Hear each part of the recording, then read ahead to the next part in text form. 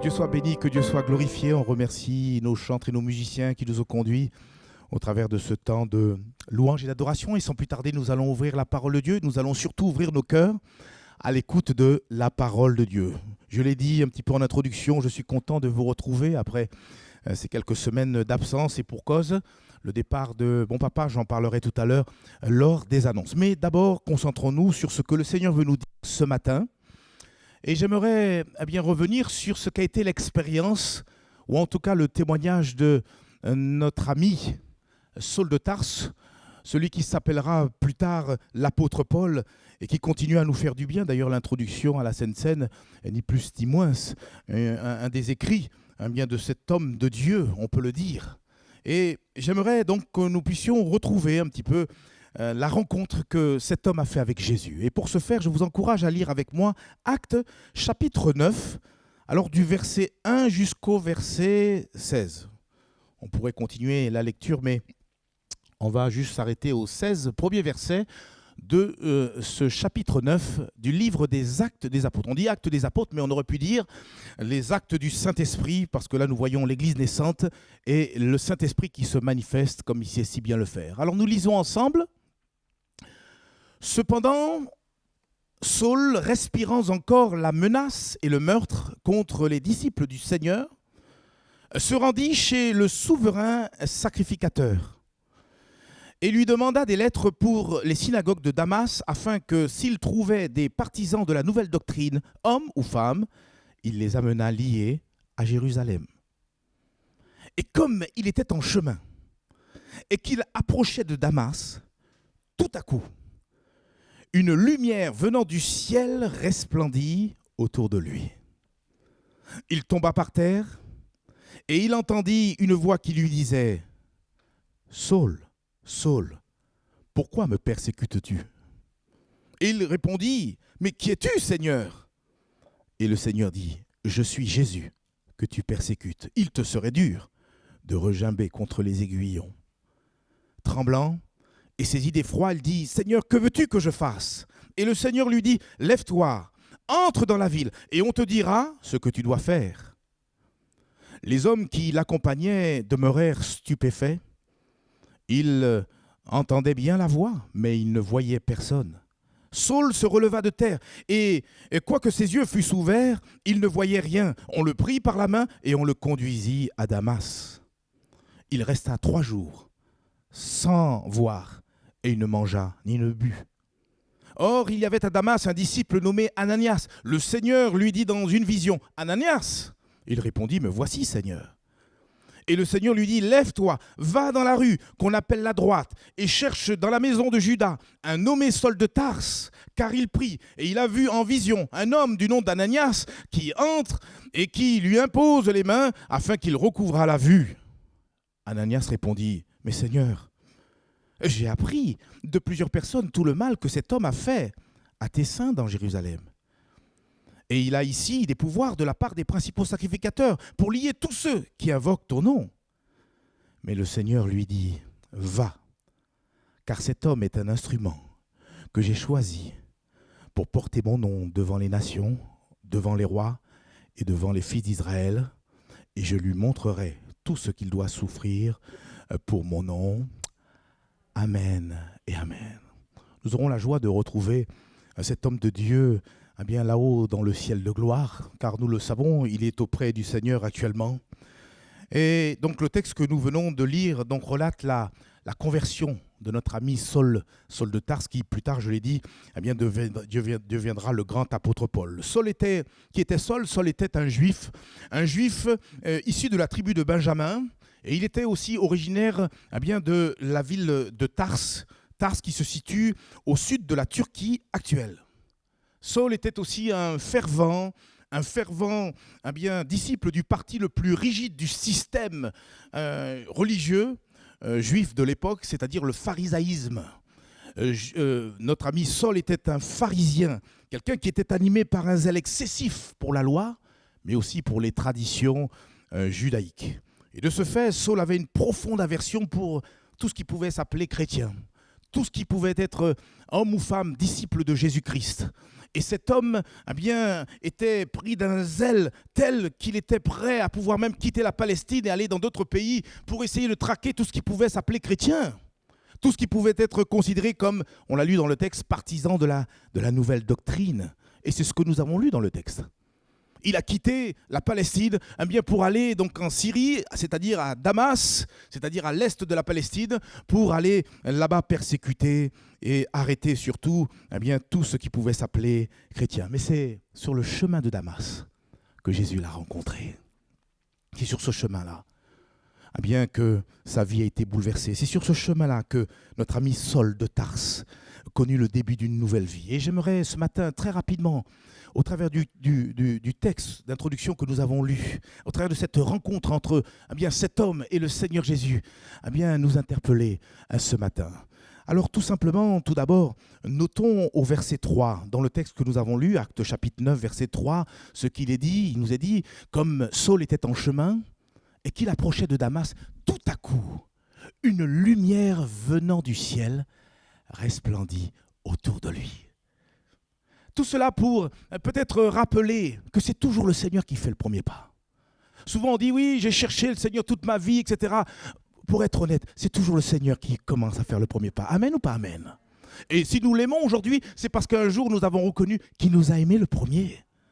Et nous le voyons là, il se manifeste, il est désireux que nous tous, hommes ou femmes, nous puissions un jour le rencontrer. Un jour, effectivement, faire une expérience avec lui.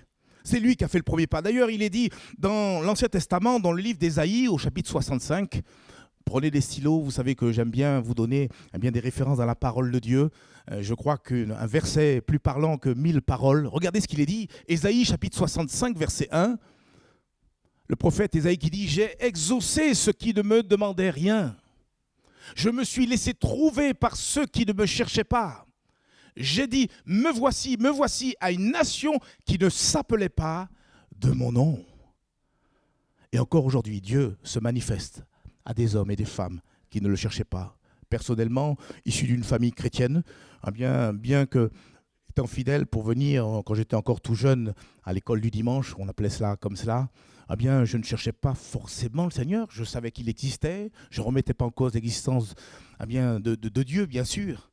Mais quelque part, c'est Dieu qui a commencé à se révéler à ma vie. C'est lui qui a fait le premier pas. Et croyez-moi, si Dieu se révèle à ceux qui ne le cherchaient pas, comme on vient de le lire, alors combien plus forte raison, Dieu se laissera trouver par ceux et celles qui le cherchent de tout leur cœur. Et si nous nous appliquons à chercher Dieu de tout notre cœur, Dieu se révélera davantage à nous. Frères, nous n'avons pas encore commencé de connaître qui est le Seigneur. On peut le chanter comme on l'a chanté au travers de ces merveilleux chants ce matin. Parler de Jésus, oh ce nom est si merveilleux. Mais connaissons-nous le Seigneur? On y reviendra. Ainsi Jésus a choisi de se révéler à Saul par le moyen d'une éclatante lumière. Cet homme, je ne sais pas s'il était à cheval ou il était à marcher. Et puis à un moment donné, il voit cette éblouissante lumière qui le terrasse et qui le projette à terre. Et cette lumière, quelque part, est une belle image de ce que Jésus commence à faire lorsqu'il vient frapper à la porte d'un cœur. Il est la lumière. Et quand il vient, il apporte la lumière de sa personne. Il vient et il apporte cette lumière qui va éclairer notre intelligence, qui va éclairer notre cœur. Et ce n'est pas un hasard que Jésus lui-même s'est présenté comme étant la lumière du monde. Jean, chapitre 8 et le verset 12, un autre verset, je crois qu'il faut qu'on connaisse par cœur. Jésus dit « Je suis la lumière du monde. Et celui qui me suit ne marchera pas dans les ténèbres. Mais au contraire, il aura la lumière de la vie. » Et si tu suis le Seigneur ce matin, tu es heureux parce que tu marches dans la lumière de Christ. Il a dit autre part, ne le cherchez pas, Jean chapitre 9, verset 5, « Pendant que je suis dans le monde, je suis la lumière du monde. » Et pour revenir à notre texte, pour revenir à l'expérience de Saul, Saul lui-même avait besoin d'être éclairé par la lumière de Christ. L'aveuglement de Saul le plongeait dans un fanatisme meurtrier, puisqu'on l'a lu au verset 1, il respirait la menace et le meurtre. Le meurtre à l'égard et contre les disciples de Jésus-Christ. Et cette haine des chrétiens est toujours d'actualité. Encore aujourd'hui, au XXIe siècle, on a de cesse d'entendre jour après jour des massacres de chrétiens. Frères, nous sommes heureux ici. On a la liberté de venir, je viens pas, il fait beau, il fait pas. Mais là-bas, pour se rassembler, c'est quelquefois au prix de leur vie qu'ils se rassemblent, frères et sœurs. On a aussi vent de toutes ces églises, tous ces bâtiments qui sont détruits, parce que le diable a en horreur le rassemblement des chrétiens. Il y a une force. La Bible dit dans le livre des psaumes qu'il est doux pour des frères de demeurer ensemble. C'est là où Dieu répand sa bénédiction. Et ce matin, nous sommes bénis dans la présence de Dieu. Il faut que nous puissions réaliser ces choses, frères et sœurs. Et n'allez pas croire qu'à cause de la pandémie, le taux de persécution des chrétiens dans le monde a baissé. Au contraire. Constatez que malgré la pandémie, le taux de chrétiens persécutés n'a de cesse d'augmenter. Parce que le problème, il est spirituel. Il est spirituel, frères et sœurs. Jésus a prévenu ses disciples en disant, dans Jean chapitre 16, du verset 1 jusqu'au verset 3, les paroles suivantes, Jean chapitre 16, versets 1 à 3. « Je vous ai dit ces choses, afin qu'elles ne soient pas pour vous une occasion de chute. Ils vous excluront des synagogues. Et même l'heure vient où quiconque vous fera mourir croira rendre un culte à Dieu. Et ils agiront ainsi parce qu'ils n'ont connu ni le Père et ni moi. » Et quand je regarde l'histoire de Saul de Tarse, je comprends que c'est plus, et c'est juste à propos. Cet homme a bien essayé de traquer tout ce qui pouvait s'appeler chrétien. À l'époque, c'était un terroriste. Il terrorisait l'Église de Jésus-Christ. Mais on comprend aussi que cet homme ne connaissait pas Dieu le Père, ni Dieu le Fils. Et c'est pourquoi le Seigneur se révèle à cet homme. Et c'est là on voit tout l'amour du Seigneur. La Bible nous dit que Saul, sur le chemin de Damas, il est arrêté par cette lumière. Et Jésus, qui commence à lui dire, « Saul, Saul, pourquoi me persécutes-tu » Ça devait être extraordinaire d'entendre cette voix audible, que d'ailleurs même les autres soldats qui étaient aussi avec Saul de Tarse ont entendu. « Saul, Saul, pourquoi me persécutes-tu » Et remarquez que Jésus, à ce moment-là, n'a pas dit « Saul, Saul, pourquoi persécutes-tu mon Église » Il aurait pu dire « Mais pourquoi persécutes-tu les disciples, mes disciples » Non, Jésus va dire à Saul « Saul, Saul, pourquoi me persécutes-tu » Et quelque part, la question de Jésus sous-entend que nous sommes les uns et les autres unis spirituellement à Jésus-Christ. Lorsqu'on nous touche, nous touchons à la personne du Seigneur. Est-ce que vous le croyez, ça? J'ai beaucoup aimé, est-ce que vous avez fait attention aussi aux dons spirituels ce matin? Quand il a dit, le Seigneur, au travers de la bouche de sa servante, que nous étions comme la prunelle des yeux du Seigneur. Et c'est ce qui est écrit dans la parole de Dieu, et c'est ce qui est aussi sur mes notes. Zacharie chapitre 2, le verset 8, il nous est dit « Car ainsi parle l'Éternel des armées. Après cela viendra la gloire. Il m'a envoyé vers les nations qui vous ont dépouillés. Car celui qui vous touche, touche la prunelle de son œil. » Et cette parole doit être réconfortante. Même la question de Dieu à l'adresse de cet homme Saul doit nous interpeller ce matin et nous rappeler, alléluia, que Dieu a le regard sur nous, que nous sommes précieux et nous avons de la valeur aux yeux de Dieu. Dieu n'est pas indifférent à la souffrance. Ce que tu es en train de vivre aujourd'hui, tes épreuves, tes difficultés, de tout ordre, Dieu n'en est pas indifférent. Au contraire, il pleure avec ceux qui pleurent. Il se réjouit avec ceux qui se réjouissent. Regardez ce que Jésus a dit à ses disciples. Ne le cherchez pas. Matthieu chapitre 25, verset 40, juste la deuxième partie de ce verset 40. Il nous est dit, et le roi leur répondra, « Je vous le dis en vérité, toutes les fois que vous avez fait ces choses à l'un de ces plus petits de mes frères, c'est à moi que vous les avez faites. » Mon frère, ma sœur, quand tu souffres, Jésus souffre aussi avec toi. Mais quand aussi à l'inverse tu te réjouis, Jésus aussi se réjouit avec toi. Est-ce que nous le croyons ? C'est une réalité. Et c'est pourquoi ne nous laissons pas peut-être même tromper par de faux raisonnements. Dieu n'est pas indifférent à nos luttes. Dieu n'est pas indifférent à nos combats. Dieu n'est pas indifférent à nos souffrances. Bien au contraire, Dieu non seulement compatit à nos souffrances, mais mieux encore, il est la réponse, il est la solution pour intervenir dans tous nos besoins, frères et sœurs. C'est alors que Saul répondit à Jésus deux questions. Deux questions qui vont attirer notre attention ce matin. Première question que Saul pose au Seigneur Jésus alors que ce dernier lui dit « Saul, Saul, pourquoi me persécutes-tu » Saul répond mais qui es-tu, Seigneur? C'est une question intéressante. Qui es-tu, Seigneur? Et même après des nombreuses années de conversion, nous sommes en droit de nous approprier cette question et nous poser aussi la question, mais qui es-tu, Seigneur? Qui es-tu, Seigneur? C'est là une première question qui, à mon sens, est capitale pour nos vies chrétiennes. Saul avait reçu du ciel la révélation qu'il avait affaire à un être supérieur. C'est pour ça qu'il dit, mais qui es-tu, Seigneur? Mais on se rend compte que par cette question, eh bien, il avait besoin de connaître de qui eh bien, il s'agissait. Il était convaincu à l'instant même par le Saint-Esprit qu'il avait affaire à Dieu lui-même. Et il dit, qui es-tu, Seigneur? Qui es-tu, Seigneur? Cette première question est importante, car trop de chrétiens font profession de servir Dieu, de suivre le Seigneur. Mais à la réalité, ils ne savent pas qui est le Seigneur. Vous savez, on peut connaître le Seigneur de manière intellectuelle, même théologique, affective, ou par hérédité, parce que les parents des parents, etc. Mais il est question de connaître le Seigneur de cœur. Il est question d'avoir une rencontre personnelle avec lui, d'avoir une révélation de qui est Jésus. Vous êtes d'accord avec moi, frères et sœurs? Juste un exemple, parmi tant d'autres. On se rend compte que Jésus s'est choisi des disciples. Et il précise, il les a choisis pour les avoir avec lui. Et on voit les disciples à un moment donné devoir traverser le lac de Galilée avec le Seigneur, en compagnie du Seigneur. Et puis au beau milieu de ce lac, ils sont malmenés par une tempête. Et puis entre-temps, Jésus s'était assoupi, certainement à cause de la fatigue. Il n'avait même pas un lieu pour reposer sa tête, tellement il faisait des œuvres. Et puis, là, ballotté au cœur même de cette tempête, les disciples, affolés, pensant qu'ils allaient périr, réveillent le maître, « Maître, nous périssons !» Et ils sont surpris parce que d'une parole, le Seigneur calme la tempête. J'aurais aimé être là, frères et sœurs. Croyez-moi, je n'ai pas trop le pied marin, mais j'aurais aimé vivre ce calme. Et je crois qu'il a amené le calme à l'extérieur, mais il a amené aussi le calme à l'intérieur. Et ce matin, Dieu veut emmener le calme à l'intérieur d'un cœur. Tu es agité. Et tu sais ce que tu vis au quotidien. Mais le Seigneur, c'est celui qui se présente comme étant la paix, le prince de la paix. Il est capable d'apaiser ton cœur. Arrête de t'agiter.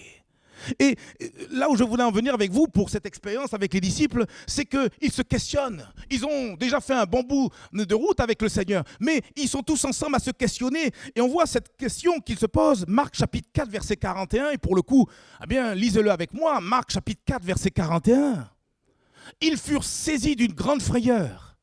Et là, dans ce calme plat, au milieu du bateau, leurs yeux écarquillés et dirigés vers le Seigneur qui était là avec eux dans la barque. Et ils se dirent les uns aux autres, mais quel est donc celui-ci à qui obéissent même le vent et la mer?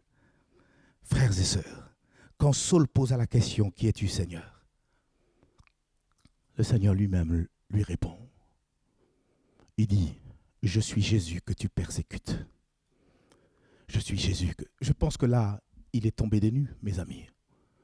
Alors lui, qui était là, sincère, dans toutes ses démarches, pour arrêter tout ce qui pouvait s'appeler chrétien, il constate qu'il est sincèrement dans l'erreur, car on peut être sincèrement dans l'erreur. Frères et sœurs, si nous ne lisons pas la parole de Dieu, nous pouvons être sincèrement dans l'erreur. Et pratiquer des choses, effectivement, que jamais Dieu nous a demandé, au contraire, qui sont en abomination aux yeux de Dieu. Et vous comprenez pourquoi, même ici en France, la Bible a été combattue. Le diable a tout fait pour empêcher les Français de pouvoir plonger leur regard dans la parole de Dieu. Car, alléluia, en plongeant nos regards dans la parole de Dieu, on découvre qui est Jésus-Christ. Qui est le Seigneur, le roi des rois et le Seigneur des seigneurs. Il a un seul nom, c'est le nom de Jésus. Et j'ai beaucoup aimé ce matin l'intervention de notre chantre Sylvain qui nous a conduit à pouvoir exalter la personne de ce nom merveilleux, la personne de Jésus-Christ. Je suis venu ce matin parler de Jésus. C'est lui qui libère, c'est lui qui est présent parmi nous, c'est lui qui a vaincu la mort, c'est lui qui est ressuscité, qui est vivant au siècle des siècles. Le Seigneur lui répondit, je suis Jésus que tu persécutes.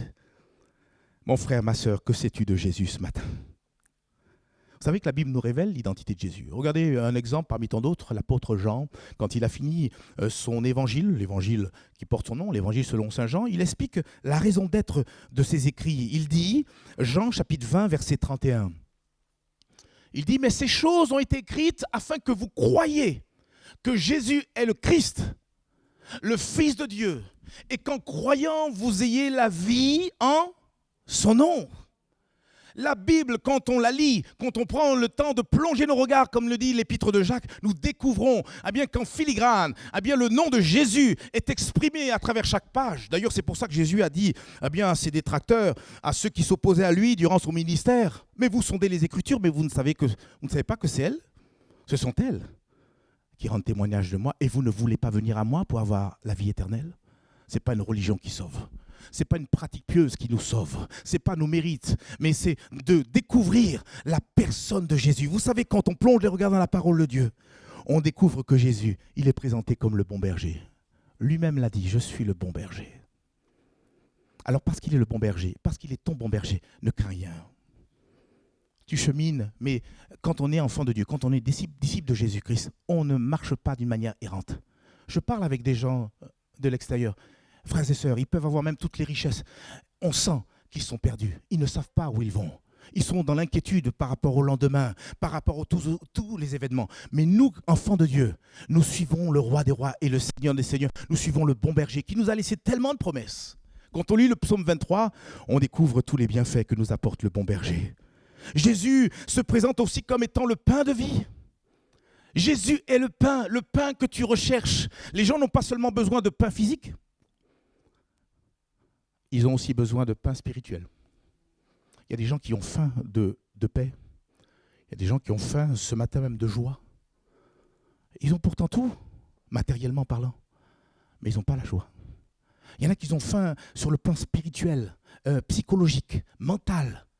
Mais Dieu est le pain de vie qui est capable de combler et rassasier tout notre être. Jésus est aussi la source d'eau vive qui veut désaltérer tout notre être. Frères et sœurs, quand on est désaltéré auprès de la source qu'est Jésus-Christ, alors on n'a plus besoin d'aller courir à droite, à gauche. Il y a des gens qui s'épuisent, même jusqu'à très tard, pour assoiffer le vide qui est dans leur cœur, pour désaltérer leur soif. Jésus a souffert la soif sur la croix pour que nous n'ayons plus en retour à souffrir la soif. Il a dit aussi qu'il est le chemin qui peut nous conduire au Père. Il n'y a pas d'autre chemin. C'est ce chemin étroit, resserré certes, mais qui mène au Père et qui mène mieux encore à la vie éternelle. Qui est Jésus-Christ? Qui es-tu, Seigneur? Je suis Jésus, qui se présente aussi comme la résurrection, mais aussi la vie véritable. J'ai la vie de Dieu en moi. Et quand viendra mon heure pour terminer ma course ici-bas, c'est pour rejoindre le Seigneur et pour me projeter dans l'éternité avec mon Dieu. C'est ça l'espérance des chrétiens. C'est ça qui est notre force. Alléluia, ce matin. Jésus est aussi la vérité qui a le pouvoir de nous affranchir. Vous savez, tant qu'on demeure dans le mensonge, on ne risque pas d'être libre. Mais quand on se laisse confronter par la vérité qu'est Christ, alors tout change. Parce que Jésus a dit, vous connaîtrez la vérité et la vérité vous affranchira. Je vois des gens qui, dans leur orgueil, restent et demeurent dans le mensonge. Ils se mentent à eux-mêmes, ils mentent aux autres, mais ils ne mentiront jamais à Dieu. Parce que Dieu connaît toutes choses, ils sont les reins et les cœurs. Mais quand on capitule devant le Seigneur, qui est la vérité, alléluia, on découvre qui est le Seigneur. Il est aussi la lumière, et on le voit au travers de cette expérience. La lumière qui est capable d'éclairer. Au commencement était la lumière. Et la lumière était même la vie même des hommes. La lumière est venue chez les siens, en parlant des Juifs, et elle est venue parmi elles. Mais ces derniers ne l'ont pas reçue. Mais à tous ceux qui l'ont reçue, cette lumière a donné le pouvoir de devenir enfants de Dieu. Et cette lumière, c'est Jésus. Voulez-vous connaître le Seigneur, frères et sœurs? Voulons-nous davantage connaître le Seigneur? Jésus nous indique un événement. Un événement qui nous projette il y a 21 siècles plus tôt. À ce moment fatidique où on a amené le Seigneur. Ou plutôt, lui-même s'est livré tel l'agneau de Dieu sur ce mont qu'on appelle Golgotha. Et sur ce mont, accepté de mourir entre deux brigands. Vous savez, aujourd'hui, le tableau de ce monde, c'est un peu l'image de ces trois personnes. Là, sur ce mont Golgotha, Jésus au centre, parce qu'il faut indéniablement qu'il soit au centre de toute chose. Et puis il y a le brigand qui a été repentant, et puis l'autre qui a décidé de rester dans son erreur et dans son péché surtout. De quel camp fais-tu partie? De quel camp fais-tu partie? Jésus a dit, Jean chapitre 8 et le verset 28, La déclaration suivante, Jésus donc leur dit, quand vous aurez élevé le Fils de l'homme, alors vous connaîtrez ce que je suis. Et que je ne fais d'ailleurs rien de moi-même, mais que je parle selon ce que le Père m'a enseigné. Mais je précise avec vous, quand vous aurez élevé le Fils de l'homme, alors vous connaîtrez ce que je suis. Veux-tu connaître qui est Jésus? Alors tu as besoin peut-être de revenir, de retourner à la croix, reconsidérer l'amour de Dieu, mais aussi l'amour de Jésus-Christ lui-même, et qui s'est proposé d'être cette victime propitiatoire pour le pardon de nos péchés. C'est comme cela qu'on connaît qui est Jésus. Et on découvre qu'il est finalement le seul sauveur que Dieu, dans son amour, a envoyé, parce que nous étions tous destinés à la perdition, à la géhenne, frères et sœurs. On était destinés à bien une perdition, et en plus une perdition éternelle. Mais Dieu, dans son amour, nous a envoyé un sauveur. Pas deux, pas trois. C'est pour ça qu'il est inutile de se tourner vers les saints, inutile de se tourner vers quelqu'un d'une manière horizontale. Nous sommes tous pareils. On a besoin de lever la tête et voir cet homme qui a été élevé entre ciel et terre sur cette croix et comprendre que Jésus a été bien le parfait rédempteur qui est capable de nous délivrer de tous nos péchés. La Bible est claire, il nous est dit il n'y a de salut en aucun autre, car il n'y a sous le ciel aucun autre nom qui ait été donné parmi les hommes par lequel nous devrions être sauvés. Actes chapitre 4 et verset 12. Qui es-tu, Seigneur? Je suis Jésus, le Rédempteur. Je suis Jésus, l'agneau de Dieu. Je suis Jésus, celui-là seul qui est capable de pardonner ton péché. Je suis Jésus, celui-là qui est capable de sécher tes larmes. Je suis Jésus ce matin et je suis vivant au siècle des siècles. Je suis Jésus, celui qui a triomphé de la mort et qui est vivant au siècle des siècles. Que Dieu soit béni, que Dieu soit glorifié. Revenons à notre texte. Saul comprit son égarement. Le texte ne le précise pas, mais j'en suis convaincu à l'instant même, convaincu par le Saint-Esprit qui convainc de péché. Cet homme expérimenta la repentance. Et c'est alors que, suite à cette première question, mais qui es-tu, Seigneur? Eh bien, voilà que cette première question engendre une deuxième question qui est tout aussi importante et que nous, en tant que chrétiens, disciples de Jésus-Christ, nous devons également poser au Seigneur. Quelle est cette deuxième question? Vous l'avez vu avec moi, verset 6. Il pose cette deuxième question au Seigneur, il dit « Que veux-tu que je fasse ?» Vous savez, tant que nous n'avons pas la révélation de qui est le Seigneur, on ne peut pas pleinement, profondément poser cette deuxième question avec sincérité, avec vérité de cœur. C'est une question capitale. Que veux-tu que je fasse? Il est certain, premièrement, que la volonté de Dieu, c'est que nous soyons tous sauvés. Que veux-tu que je fasse? Déjà, que tu te repentes de tes péchés. Que tu te tournes vers ce Dieu d'amour qui t'aime et qui, au final, n'a jamais cessé de te chercher. Il veut que tu sois sauvé. Pour cela, il faut que tu expérimentes la repentance. La repentance, c'est cette profonde conviction de péché qui nous donne de prendre la décision de se détourner du péché. C'est un changement de mentalité, un changement de direction. C'est cela, la repentance.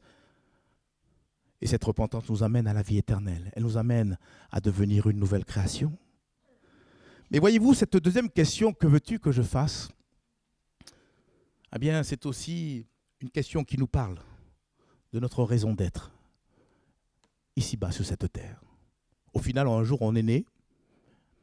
Je ne sais pas quand vous êtes né. Moi, c'était une certaine année, que je ne vous dirai pas. Mais le Seigneur, quand il nous a permis de naître et d'apparaître sur cette terre, il avait ses raisons. Et quand nous venons au Seigneur, on a ce saint désir au plus profond de nous-mêmes de pouvoir être utile à celui qui nous a accordé la vie. Parce qu'ici, il y a eu deux êtres qui nous ont permis d'être, je ne fais pas un jeu de mots, il faut qu'on se rappelle que celui-là même qui nous a donné le souffle de vie, c'est Dieu. C'est pour ça qu'aujourd'hui, nous ne sommes pas une erreur. Il y a des personnes qui n'étaient pas forcément attendues et qui sont dans ce monde. Croyez-moi, vous n'êtes pas une erreur, vous êtes bel et bien présent et c'est parce que Dieu l'a voulu. Et parce qu'il nous a permis de naître, de vivre, il faut savoir aussi que le Seigneur nous a façonné tout notre caractère, notre personnalité, dans les moindres détails. Le Seigneur avait conçu toutes ces choses et il avait un but bien précis pour faire avec nous, pour travailler avec nous. Et quelque part, dire que veux-tu que je fasse, c'est quelque part s'abandonner à la volonté de Dieu. C'est de dire Seigneur, j'ai compris que j'avais besoin de revenir vers mon Créateur. J'ai compris que j'avais besoin de revenir à la source même de la vie. Mais Seigneur, je veux vivre pour toi. Vous savez, tant qu'on ne rentre pas dans les œuvres, dans les projets que Dieu a pour nous, nous allons être errants et nous ne serons jamais épanouis. Amen ou pas amen? Tant que je n'ai pas découvert ce pourquoi Dieu m'a créé, ce pourquoi Dieu m'a mis en place ici-bas cette terre, je serai là errant, je serai insatisfait. C'est pour ça que nous avons cet avantage de connaître le Seigneur. Et quand nous connaissons le Seigneur, nous posons ces deux questions. Premièrement, qui es-tu, Seigneur, pour être éclairé sur qui il est. Et puis deuxièmement, entrer dans cette deuxième question, que veux-tu que je fasse? Cette question traduit notre désir de nous mettre à la disposition du Maître. Traduit aussi notre désir de vivre pour Jésus notre Roi. Traduit notre désir de nous mettre à son service. Et je l'ai dit, le service que Dieu a pour nous fait partie de tous les projets qu'il a pour nos vies. Dieu a des projets pour chacun d'entre nous. Est-ce que vous le savez ça? Jérémie chapitre 29 et le verset 11 nous dit la chose suivante. Jérémie 29 verset 11 nous dit « Car je connais les projets que j'ai formés sur vous, dit l'Éternel. Projets de paix et non de malheur, afin de vous donner un avenir et de l'espérance. » Dieu ne veut pas que tu sois constamment dans le malheur. Mais tu découvres avec moi qu'il a un projet pour ta vie, un projet de paix, afin que tu aies un avenir, afin que tu aies une espérance merveilleuse. Un autre passage, plus proche de nous, donc dans le Nouveau Testament, Éphésiens chapitre 2, verset 10, c'est l'apôtre Paul encore qui parle et qui dit « Nous sommes son ouvrage, ayant été créés en Jésus-Christ pour de bonnes œuvres que Dieu a préparées d'avance, afin que nous puissions les pratiquer. » En fait, ce que nous avons à faire ici-bas a déjà été préparé par Dieu. C'est ça qui doit nous rassurer. Ce n'est pas se gratter la tête, tiens, qu'est-ce que je peux faire pour le Seigneur, etc.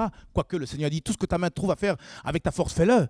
Mais ce qui nous rassure, c'est que Dieu a déjà tout préparé. Il a quelque part déjà un plan de route pour chacune de nos vies. Parce qu'il n'est pas question, après être sauvé, de rester les bras croisés. Il y a tellement à faire. Après que Jésus ait fini de dire qu'il est la lumière du monde, il rappelle à l'Église qu'à son tour, chacun d'entre nous, nous sommes devenus aussi lumière pour ce monde. Et on a besoin de servir au salut des âmes. On a besoin de servir les affaires de Dieu ici-bas dans ce monde de ténèbres. Dieu donc a une feuille de route pour chacune de nos vies.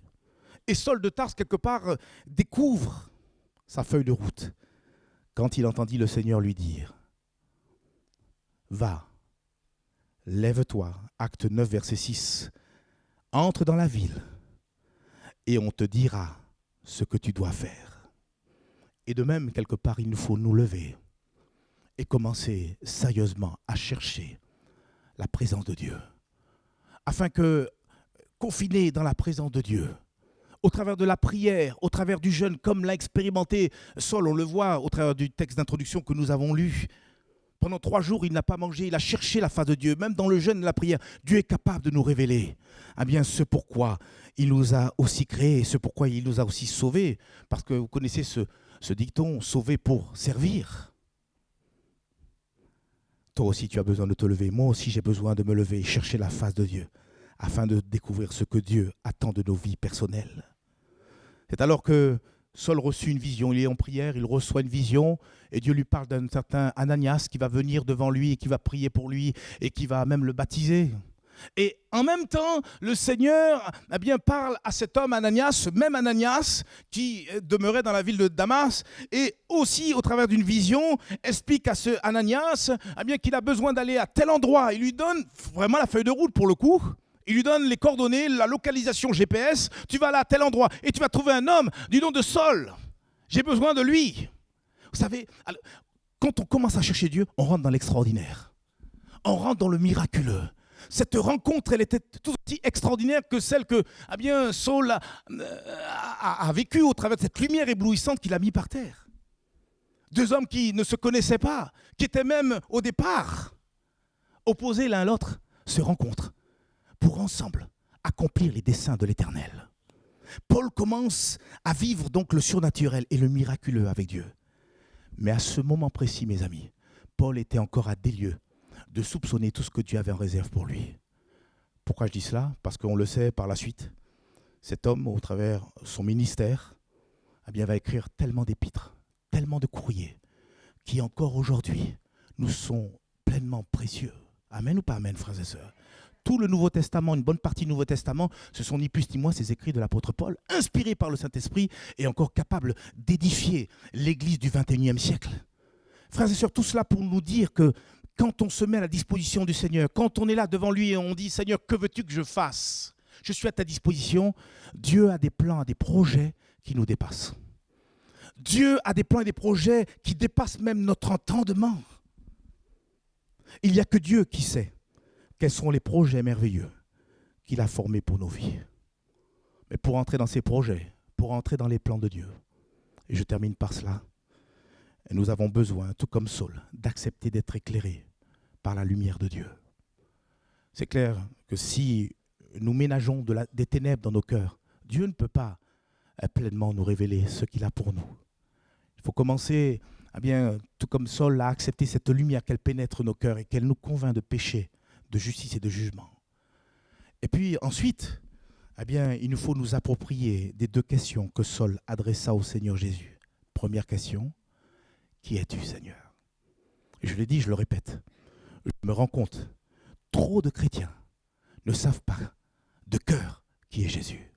Ils chantent Jésus, ils parlent de Jésus, et même ils ne se cachent pas d'être chrétiens, mais ils ne connaissent pas encore le Seigneur comme ils doivent le connaître.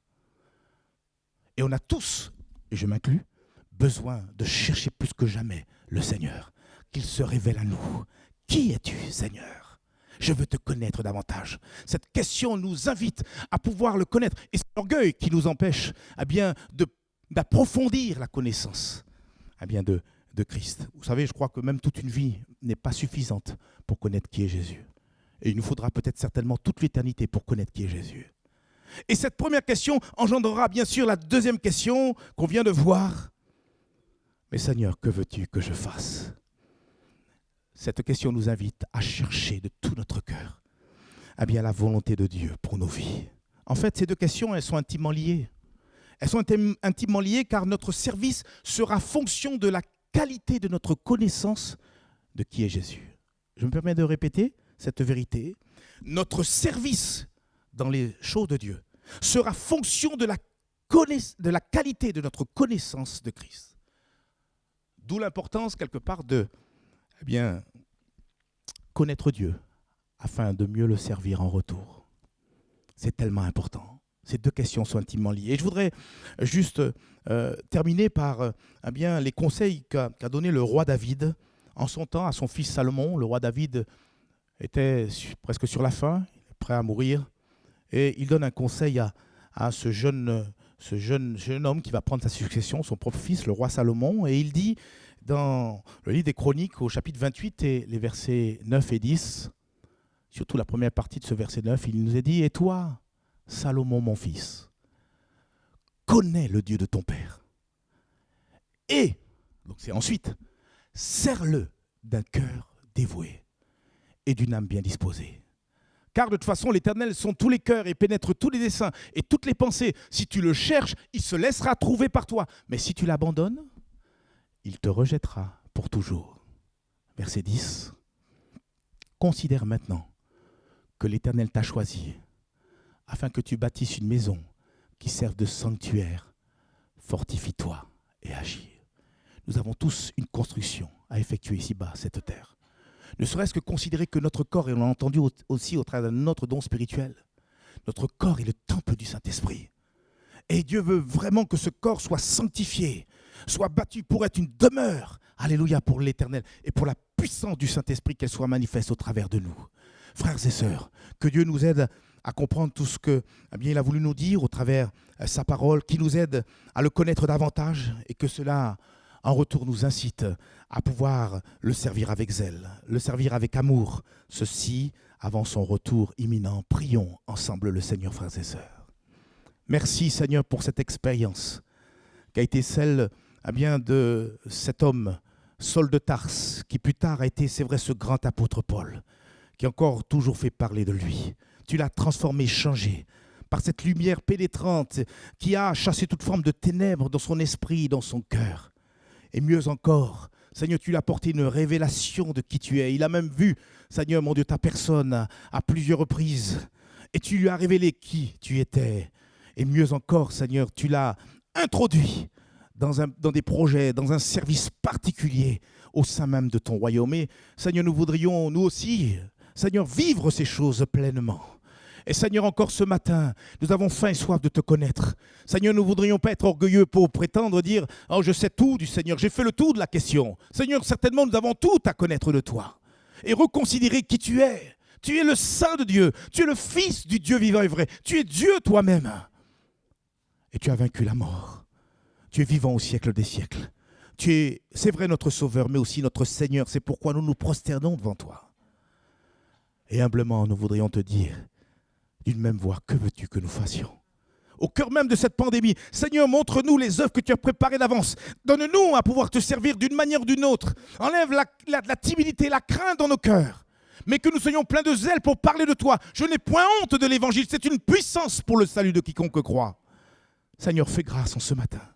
Réveille nos cœurs. Donne-nous du zèle pour toi. Il nous faut encore marcher jusqu'à ton prochain retour. Parce que tu es à la portée, tu reviens bientôt. Père, nous t'avons prié dans le nom de Jésus-Christ. Amen et amen. Et le peuple de Dieu dit, amen, que Dieu soit béni. Je vous encourage à reméditer sur toutes ces deux questions. Et d'une manière humble, laissez encore le Seigneur à bien vous parler au travers de ce message qu'il a placé sur mon cœur.